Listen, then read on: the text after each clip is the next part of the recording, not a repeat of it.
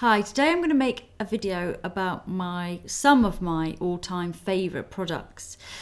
Lots of these won't be a surprise to you that watched lots of my films because they'll have made appearances and probably quite regularly. But looking through my makeup kit, my professional kit and my makeup bag, I've picked out some of the things that just are reoccurring, that are my kind of fallback safe products that I know really deliver, I know work really well, and they're ones that I repurchase and use. So I'm going to start with MAC Face and Body Foundation. And the reason I'm starting with this one is because it's been in my kit for around 20 years. So since it very first launched, and it's still there today. It's still in my kit. I still have the range. I use it when I want a really light foundation, but I use it a lot for bodies on shoot. So for legs and arms and evening out skin tones. It's absolutely brilliant for legs because it's got such a strong film former that once it's on and it's dry, it doesn't come off on clothes. So that has been essential really over the years I've been doing makeup. Another thing is Dior eyeshadows. I've always loved them. This particular one, it's called Massai Beige now, but it used to be called something else. And that has been in my kit for about 20 years as well. Not that exact one, but that group of colours. And I've always used it. I've used it on loads of people over the years. It's just one of those palettes that I'll come back to and I seem to really like. And I love the consistency of Dior eyeshadows. I had them tested once in a lab, and not to be too technical, but they remain in the fatty stage of binding a bit longer than most of them, so they have that slightly more creamy texture, which I've always really liked. Another one which has been in my own makeup kit for years, and you can see what happened to this. It's been glued back, stuck back, and taped back, and this was a limited edition. I think they did about couple of years ago that I use. That looks a bit dirty. That's in my own makeup bag. Isn't that terrible? But there's a colour there that I love. So yeah, Dior eyeshadows. I have got the whole range and I do repurchase them time and time again. Same can be said for Becca Shimmering Skin Perfector. I know I've gone on about this a lot in the past, but it's the first one that I found that is completely in synergy with the skin. It looks so natural.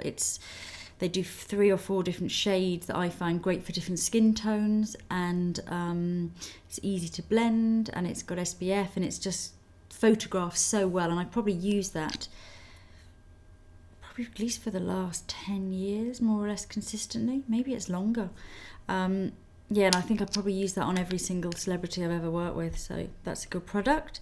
Concealers, I do have different ranges of concealers. One of my fail-safe products is Secret Camouflage by Laura Mercier, and this just really delivers. It's not good for under eyes, but it's one of those things if you've got some blemishes or spots or just little things that you need to conceal. It's absolutely fantastic, and that's been a good 10 years, if not longer, and constantly repurchased time and time again.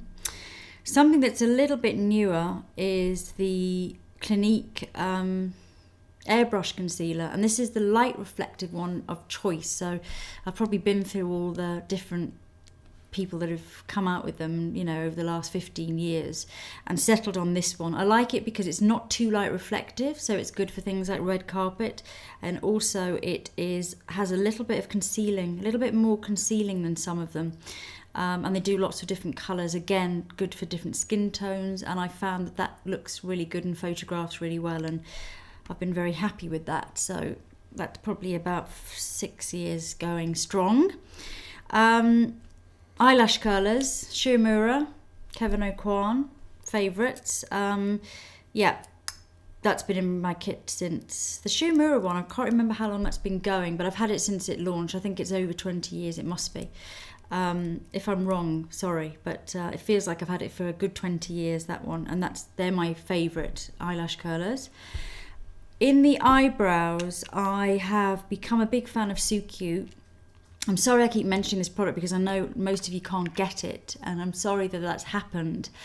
I thought it was available when I first started talking about it. I didn't realise it was so hard to get, but I have always loved their brow powders. their brow felt tip pen, which I've featured in a few of my tutorials. Brilliant if you've got hardly any brows, because it paints them in and it's waterproof. And their pencils, which I just found them great. Really good colours, great consistency. I do think a lot of Japanese brands are very, very good on eyebrows, and I find them particularly good. Number 7, Perfect Lip Pencil in Nude.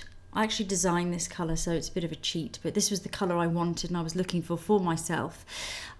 So I designed it and put it into the number 7 range, and of course I wear this most days. I just normally wear it all over my lips with some lip balm on top, or I use it with lipstick. I've got it on now with lipstick, and that's Nude Perfect Lip Pencil number 7. I've used it on most celebrities, and that launched 5 years ago. Yeah, that's about 5 years. That's been going strong. Chanel bases, Pro Lumiere and Vita Lumiere. Had them both in my kit now since they launched. Vita Lumiere and Pro Lumiere, a real sort of celebrity favourite for that dewy, not dewy, luminous look without any grease and oil, you know, when you're looking, and matte Lumiere as well. But great for imparting the skin with luminosity without having that an ugly shine or too glittery or too shimmery. Absolutely love it. And more recently, I've been using Vita Lumiere Aqua as well, which is a lighter version. The other thing is lip glosses. Plumping lip glosses, Lip Fusion. Discovered these in Los Angeles about 6 years ago. First plumping lip gloss that I felt genuinely worked. Great, you have to put it straight onto natural lips, so no lip balm first, no lip products at all. Takes a bit longer to plump them up than some of the ones that really sting. This one doesn't. It's got hyaluronic beads and it just sort of plumps them up quite slowly, so it hasn't got that nasty stinging vibe. And also the range of shades, that's just some of them, I've always found really, really beautiful.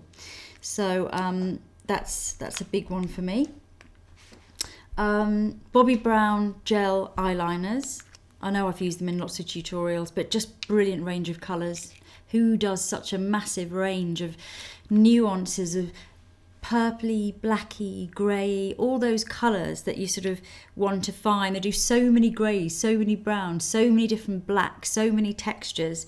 So not only is it a great product in terms of texture, but that I can always find, I have a whole bag in my kit of these, exactly the right shade of eyeliner, you know, that I want to really emphasise the person's eyes, or if I'm doing my own makeup. Mascaras, probably the most consistent has been Max Factor for me. I've had the False Lash Effect, Masterpiece, and most recently Lash Extensions. For, you know, I just sort of have them in my kit all the time. Paint Pots by MAC. Brilliant colours, brilliant consistency, one of the longest lasting cream eyeshadows, and some very nice shades. Obviously they come and go.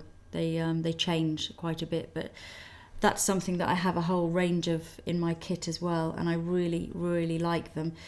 The paler shades work brilliantly as a base for eyeshadow, and obviously the deeper shades and some of the blacks, I think it's Black Ground is one that I use in smoky eyes a lot.